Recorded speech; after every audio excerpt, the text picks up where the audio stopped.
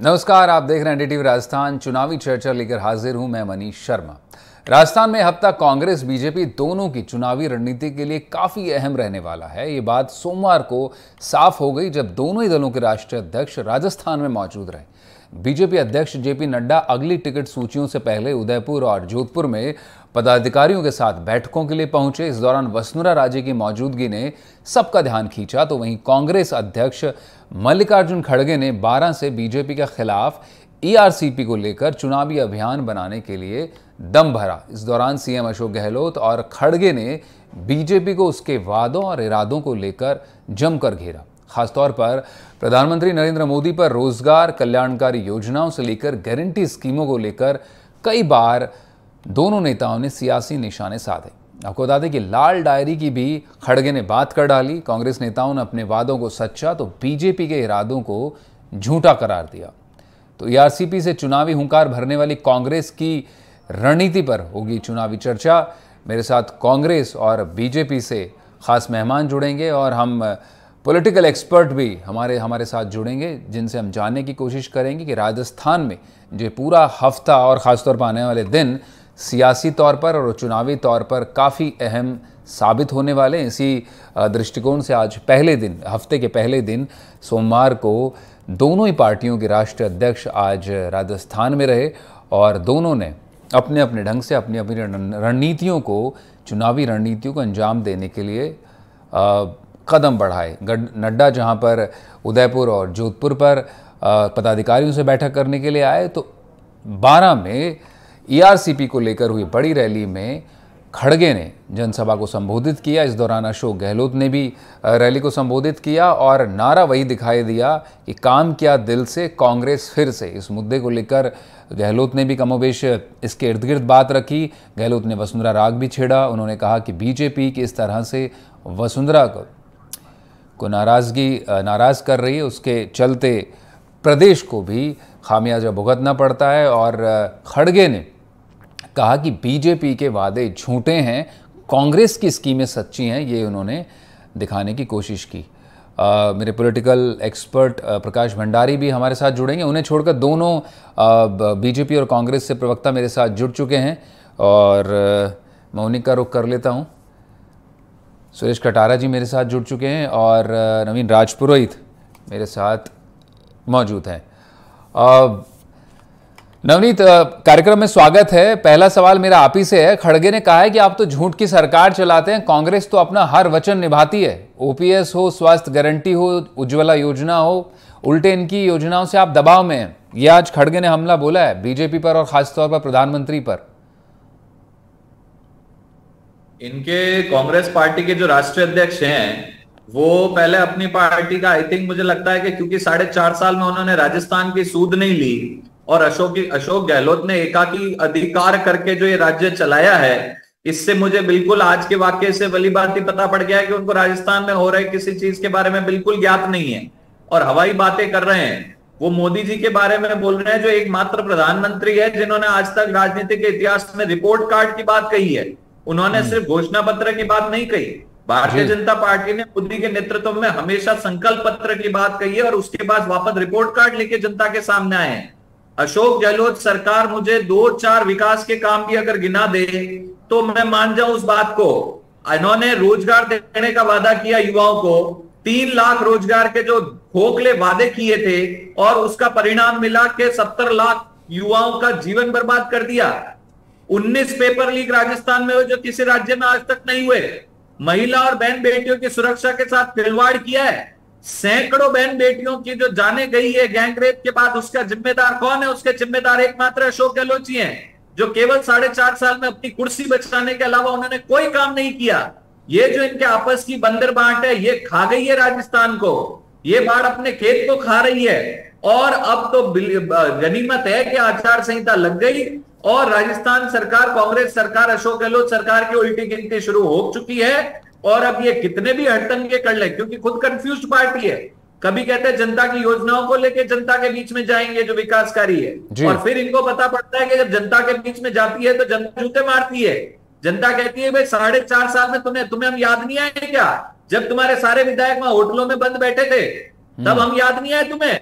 जब तुम सचिन पायलट को नाकारा निकम्मा कह के कम से कम 2 साल तक तुम्हारा रण चला है, और उसके बाद भी आज तक सचिन पायलट और अशोक गहलोत की बंदरबांट में, और अब तो 4 खेमे हो गए हैं। अब एक अशोक गहलोत खेमा है, एक गोविंद डोटासरा खेमा है, एक सचिन पायलट खेमा है, एक सुखविंदर का खेमा है, और 5वां खेमा इनका डिजाइन बॉक्स कंपनी का है, जो अपनी अलग सूची और अलग सर्वे लेके घूम रही है बाजार में।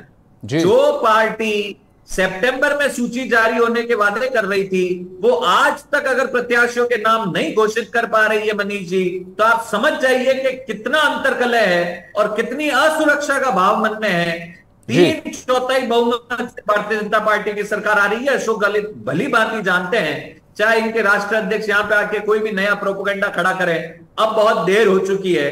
हो सकता है उम्मीद अगर ये 4 साल पहले जगते, लेकिन बहुत देर हो चुकी है सनम आने में। सुरेश जी, सुना आपने नवनीत को?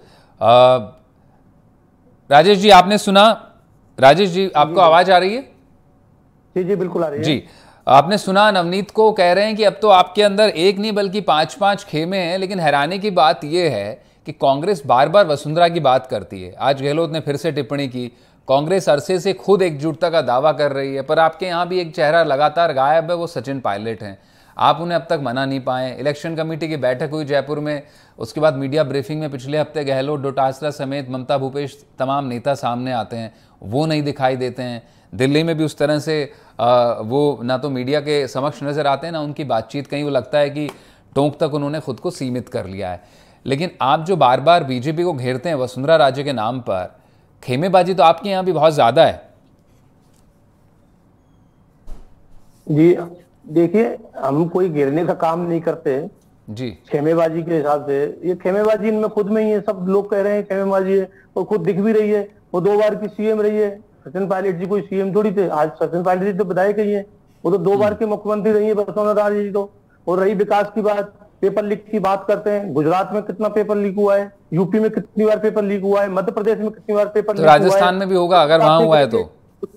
नहीं, क्यों होगा राजस्थान में? राजस्थान में पेपर लीक हुआ है, उनको दंड मिला है, उनको अरेस्ट तक किया है, अपराधियों तक बिल्डोजर चलाए गए। आप बताओ क्या कार्रवाई हुई गुजरात में? उनको जिन बच्चों ने मांग की उनको जेल तक भेज दिया गया। वहां बताइए कार्रवाई एमपी में क्या हुई, यूपी में क्या हुई, गुजरात में क्या हुई? इनके जहां भी वहां कौन सा राज्य ऐसा इनका जहां इनकी नहीं हुई? दूसरा ये कह रहे हैं कि कमल का फूल, क्या कमल का फूल? आप बताइए 2000 जब इनकी पहली बार 2014 में सरकार आई, उसके बाद अब उनके कितने राज्य इनके हाथ से चले गए? कहां है जादू इनका आंकड़ा? बताइए आप। राजस्थान, एमपी, छत्तीसगढ़, अब कर्नाटक भी गया, हिमाचल भी गया, दिल्ली भी गई, महाराष्ट्र भी गया, और कितने राज्यों में उन्होंने विधायक तोड़ तोड़ के सरकार बनाई है। जनता वोट देती है कांग्रेस के, ये पैसे के दम पे सरकार को तोड़ के अपनी सरकार बनाते हैं। बताइए कहां लोकप्रियता है और किस चीज की गारंटी इन्होंने दे दी? 300 रुपए का सिलेंडर 1200 रुपए में कर दिया, ये गारंटी है इनकी? राजस्थान सरकार गारंटी के साथ करती है, ओपीएस पेंशन लागू कर दी, वो इनके गले की हड्डी बनी हुई है। आज पूरे देश में जय जयकार हो रही है, इनकी मजबूरी है, उनको करनी पड़ेगी। ईआरसीपी का मुद्दा इतना जबरदस्त हो रहा है, 13 जिले पानी के लिए त्राय कर रहे हैं, आज उस पर क्यों नहीं ये घोषणा कर रहे?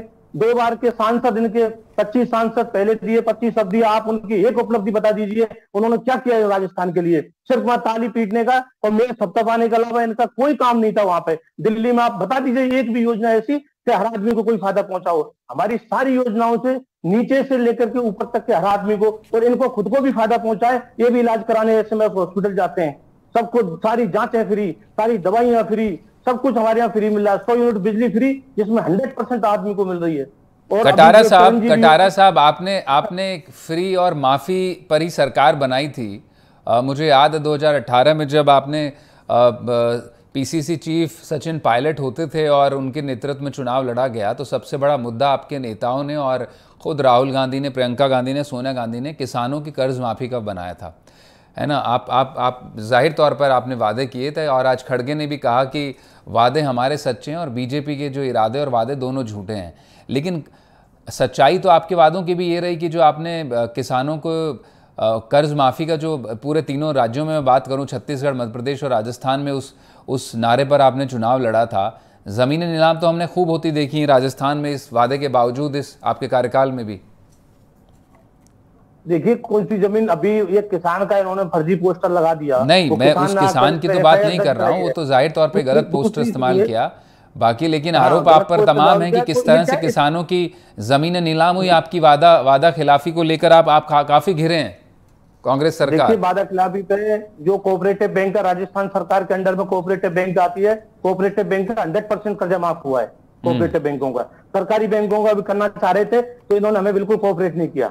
इन्होंने हमको अलग थलग छोड़ दिया उस चीज के लिए। इन्होंने बताओ कितना कोऑपरेट किया है उसमें। बाकी जो राजस्थान सरकार के अंडर में जो बैंक आती है कोऑपरेटिव, उसका किसी भी किसान का कोई कर्जा बाकी नहीं है, सारा कर्जा माफ कर दिया गया है।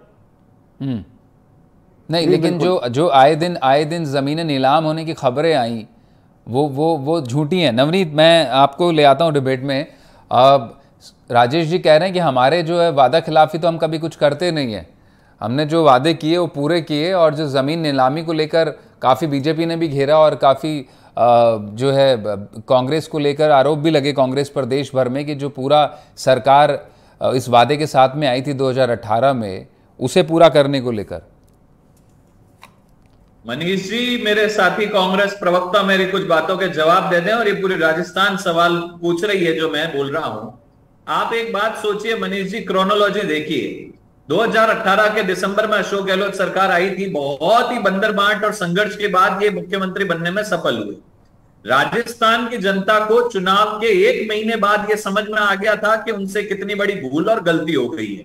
जब सचिन पायलट और अशोक गहलोत जी की जंग दिल्ली में देखने को मिलती थी, और उस पूरी जंग के बाद महीने 1.5 महीने बाद अशोक गहलोत जी सुशोभित होकर आए और वो ताज लेके आए मुख्यमंत्री का, तब से लेके अशोक गहलोत जी के मन में यह सुरक्षा का भाव था कि ये सचिन पायलट कब मुझसे ये ताज छीन ले। 2019 पूरा निकल गया। मेरे साथी कांग्रेस प्रवक्ता 2019 पूरे साल का एक विकास कार्य गिना दो। 2020-21 पूरा निकल गया, ये कोरोना की आड़ में बच जाएंगे कि कोरोना आ गया। 2022 पूरा निकल गया, ये विकास कार्य गिना दे। 2023 जब चुनाव का साल आया तो बजट के बाद इन्होंने एकदम से अपना पिटारा खोला और जादूगर बोलते हैं कि मांग सको तो मांग लो। अरे क्या मांगेंगे आपसे? अप्रैल के महीने में आप गैस सिलेंडर वाली योजना लागू कर रहे हैं, आरटीआई से जवाब मांगिए कि कितने लोगों को उस चीज का लाभ मिला है जी। और अगर राजस्थान को 4-5 वर्गों में बांट दो, आप युवाओं में बांट दो, एक युवा वोट नहीं देगा अशोक गहलोत सरकार को जो छलावा उनके साथ हुआ। फिर इनका मैनिफेस्टो, जो इनका घोषणा पत्र है, उसका प्रथम जो पृष्ठ है वो किसानों की कर्ज माफी के बारे में बात करता है, जिसका इन्होंने खुलेआम तिरस्कार किया है उस वादे का। और सारे संपूर्ण किसान राजस्थान में आक्रोशित हैं और कई मेरे किसान भाइयों की आत्महत्या उस वजह से हुई है। उसके बाद आप दलित की बात करें, वही सवाल मैं कटारा से पूछ रहा था जी। एक नंबर का इनका हमेशा एजेंडा रहता है कि किस तरह अल्पसंख्यक समुदाय के वोट ले सके, ले दे के राजनीति उसके ऊपर आ जाती है। भ्रष्टाचार का जिस आलम में इस राज्य ने देखा है मनीष जी, पिछले 4.5 साल में इस तरह का भ्रष्टाचार राजस्थान में आज तक के इतिहास में नहीं देखा गया। जिस मुख्यमंत्री के खुद के कार्यालय में 5-5 करोड़ रुपए नकद राशि और सोने की ईंटें मिल रही हो, जिस मुख्यमंत्री के खुद के नजदीकी लोग पेपर लीक में लिप्त पाए जा रहे हैं, जवाब दे खोड़किया के बारे में। ये क्या इनके करीबी कांग्रेस के बड़े नेता नहीं है क्या? अशोक जैन कौन है, ये जवाब दे।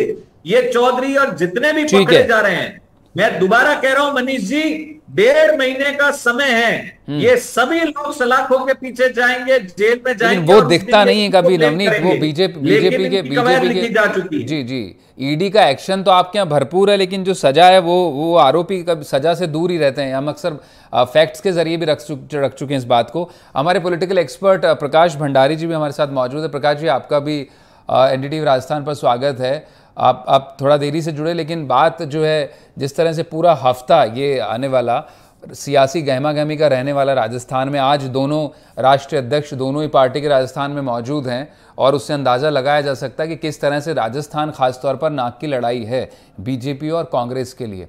सियासी वादों और इरादों की बात आज काफ़ी की। ईआरसीपी को लेकर जो चुनावी हुंकार भरी है खड़गे ने 12 से, और गहलोत भी बोले। गहलोत वही एक बार फिर उन्होंने वसुंधरा को लेकर बीजेपी को घेरा और खड़गे ने खासतौर पर कहा कि हमारे वादे तो सच्चे हैं, लेकिन बीजेपी तो झूठ की सरकार चलाती है। आपको क्या लगता है, मोदी एक और हर गारंटी पूरी होने की गारंटी दे रहे हैं और गहलोत कह रहे हैं कि मेरी स्कीमें ही मेरी गारंटी है, आपको किसकी गारंटी में ज़्यादा दम दिखता है? देखिए, दोनों ही पार्टियां जो है चुनावी जो है जो मैदान है उसमें उतर चुकी हैं। और मेरा ये है कि ये मानना है कि दोनों ही पार्टियों को अभी तक, क्योंकि उम्मीदवारों की फहरिस्त अभी तक जारी नहीं हुई है, और वो जब रिलीज होगी लिस्ट तो उसके बाद माहौल कुछ और बदलेगा। लेकिन अभी जो है वो चुनाव की जो शुरुआती दौर होते हैं जिसमें बड़े बड़े नेता आते हैं, दोबारा भी आएंगे, तिवारा भी आएंगे, हर क्षेत्र में जाएंगे। राजस्थान बहुत बड़ा राज्य है जी। कहने को भी है कि देखिए, अशोक गहलोत अपने सरकार की उपलब्धियां गिनाते हैं। आपने अभी सुना होगा कि सब उपलब्धियों का फायदा नहीं मिला, लाभ नहीं मिला लोगों को, ये बहुत लेट आई, पहले साल ही क्यों नहीं आ गई। कि हमारे प्रवक्ता जो बीजेपी के वो भी कह रहे हैं, राजपुरोहित जी, कि ये आम आदमी को लाभ मिला नहीं, पहुंचा ही नहीं जो आपने योजनाएं की थी। ये सब बातें जो है सरकार को झेलनी पड़ती है। उसका कारण ये है कि सरकार की तो नीतियां होती, लेकिन जो सरकारी जो इम्प्लीमेंट करते हैं, जो क्रियान्वयन में लगे होते हैं, वो सरकारी कर्मचारी को तो अपने हिसाब से चलते हैं, अपने रफ्तार से चलते हैं जी। ये ऐसा खामियाजा है जो अशोक गहलोत सरकार को शायद भुगतना पड़े कि अंतिम स्तर पे, अंतिम छोर पर जो लाभ घोषणा की बात करा रहे थे अशोक गहलोत, वो शायद वो पूरी नहीं हो पाई। ये मैं राजपुरोहित जी से बिल्कुल इस बात से इत्तेफाक रखता हूँ। लेकिन सबसे बड़ी बात यह है कि नए सिरे से एक सोच भी हुई। वो सोच ये है कि क्या जो है एक सरकार अच्छा काम करे तो उसे जबरदस्ती हटा करके नई सरकार लाना आवश्यक है कि नहीं। ये राजस्थान इस तरह की सोच में अभी पड़ा हुआ है। इसका नतीजा क्या निकलेगा ये तो अभी बहुत कहना मुश्किल है। लेकिन जो अशोक गहलोत हमेशा बार बार कहते हैं कि हम रिवाज बदल देंगे, सरकार हमारी आएगी, लोग हमें ही पसंद करेंगे, हमारे पक्ष में ही मतदान होगा, ये सब बातें जो है ये अब जो है उस समय पर बताएगा। किंतु बहुत आशावान दिखते हैं, और क्योंकि मुख्यमंत्री बड़े आशावान हैं, अभी खड़गे साहब ने भी बात की आज की सभा में, और अभी राहुल गांधी भी आएंगे, प्रियंका गांधी आने वाली हैं। ये सरकार की उपलब्धियों का जो ब्यौरा देते हैं बड़े बड़े नेता, वो कई बार आम नागरिकों को वही प्रकाश जी, बड़ा सवाल ये कि आम आदमी तक कितना पहुंच पाता है। हमें 2008 का कार्यकाल भी याद है गहलोत का, जब 2012 और 13 में तमाम एंटी इनकम्बेंसी यूपीए सरकार के खिलाफ बन रही थी। अन्ना आंदोलन के समय दिल्ली के भीतर और पूरे देश में माहौल बन रहा था एंटी कांग्रेस और एंटी यूपीए। तभी उस दौर में भी गहलोत ने काफी योजनाएं शुरू की, और निःशुल्क दवा योजना तो उस वक्त का एक बड़ा आपकी अच्छी योजनाओं के बारे में तो चलिए कुछ तारीफ भी हो जाए, कुछ प्रशंसा हो जाए, सब कुछ है। लेकिन आप ये देखें कि जो महिलाओं के प्रति जो अत्याचार हुए हैं, जाहिर तौर पर प्रकाश जी अपराध को लेकर, महिला अपराध को लेकर तो बड़ा सवाल उठा है। राजस्थान में जो एनसीआरबी का डेटा, उसमें भी काफी बढ़ोतरी हुई अपराधों में। आप बने रहिएगा, मैं कटारा जी से जवाब लेता हूँ। पिछले चुनाव में 1% तो 1% का ही फर्क था जिसमें बीजेपी जाहिर तौर पर, और महिला मतदान देखें तो महिला मतदान तो लगभग पुरुष मतदान के बराबर रहता है राजस्थान में, और वो महिलाओं की स्थिति को बताता भी है कितनी सक्रिय महिलाएं। तीन बातें जो है कांग्रेस के विरुद्ध जा रही हैं जी। युवा वर्ग जो पिछली बार 2018 और 2023 को अगर आपके बात करें तो ये अंतर आ गया है कि यूथ साथ नहीं है जी। कटारा जी से जवाब ले लेते हैं, प्रकाश जी, सुरेश जी से जवाब लेते हैं, कांग्रेस के प्रवक्ता हैं, खुद उन्हीं से लेते हैं। कटारा साहब, आपकी रैलियां तो आप जाहिर तौर पर आप कह रहे हैं आप दम भर रहे हैं, लेकिन सीटें कहाँ हैं, ये टिकटें कहाँ हैं, ये बड़ा सवाल आप पर अभी भी कायम है। और सितंबर से जो लगातार सवाल आप पर उठ रहे हैं कि 100 दिन पहले फिर सितंबर आया, सितंबर आखिर गया, अक्टूबर पहला हफ्ता भी गया, और अब अक्टूबर जो है मध्य भी जा चुका है, लेकिन आपकी सीटें अभी तक सामने आई नहीं है। कहा यह जा रहा है कि बड़ा जो पेच है आपके वो यही फंस रहा है कि अब आपके 2-3 गुट हैं जो अपनी अपनी चलाना चाह रहे हैं। गहलोत अपनी सूची पर मोहर लगवाना चाहते हैं, और खासतौर पर वो उन चेहरों को अपने साथ बरकरार रखना चाहते हैं जिन्होंने आपकी सरकार बचाने में मदद की थी। लेकिन पायलट का पेच फंसा हुआ आप पर भी। आप योजनाएं तो पूरी अपने विधायकों को, जिन जिन प्रत्याशियों के बूते कर पाएंगे ना पूरी। जी देखिए, ऐसा कुछ नहीं है कि कोई पेच पड़ा हुआ है। कांग्रेस 75 साल पुरानी पार्टी है जी। अब आप देखिए उसमें क्या है, कार्यकर्ता भी ज्यादा है, टिकट मांगने भी वाले भी ज्यादा है, सबको संतुष्ट किया जाएगा, सबसे बातचीत करके टिकट दिया जाएगा। अरे सर, कितनी बातचीत होगी? आप तो कर्नाटक की तर्ज पर चुनाव लड़ने वाले थे जी। बिल्कुल, टिकट जल्दी देना कोई टिकट जल्दी देना कोई प्राथमिकता नहीं है। टिकट जल्दी दे करके इस तरह का सरपटंबल हो, उससे बढ़िया तो है कि 2 दिन बाद टिकट दे दी जाए, कोई बड़ी बात नहीं है। कांग्रेस को ज्यादा प्रचार प्रसार करने की जरूरत नहीं है। कांग्रेस की योजना ही प्रचार प्रसार है अपने आप में। कांग्रेस के नाम पर, अशोक गहलोत जी के नाम पर ही वोट लेकिन अभी आपकी सूची तो अभी तक आई नहीं है। कार्यकर्ताओं में भी संदेश तो जा ही रहा है और प्रकाश जी भी कह रहे हैं काफी जो पेपर लीक का मामला, अपराध का मामला है, युवा और महिलाओं में खासतौर पर नाराजगी है। अब आपके पास टिकट जब जितना जल्दी आप करेंगे उतनी तैयारी का आपको मौका मिलेगा, जो गहलोत साहब बात बोलते थे।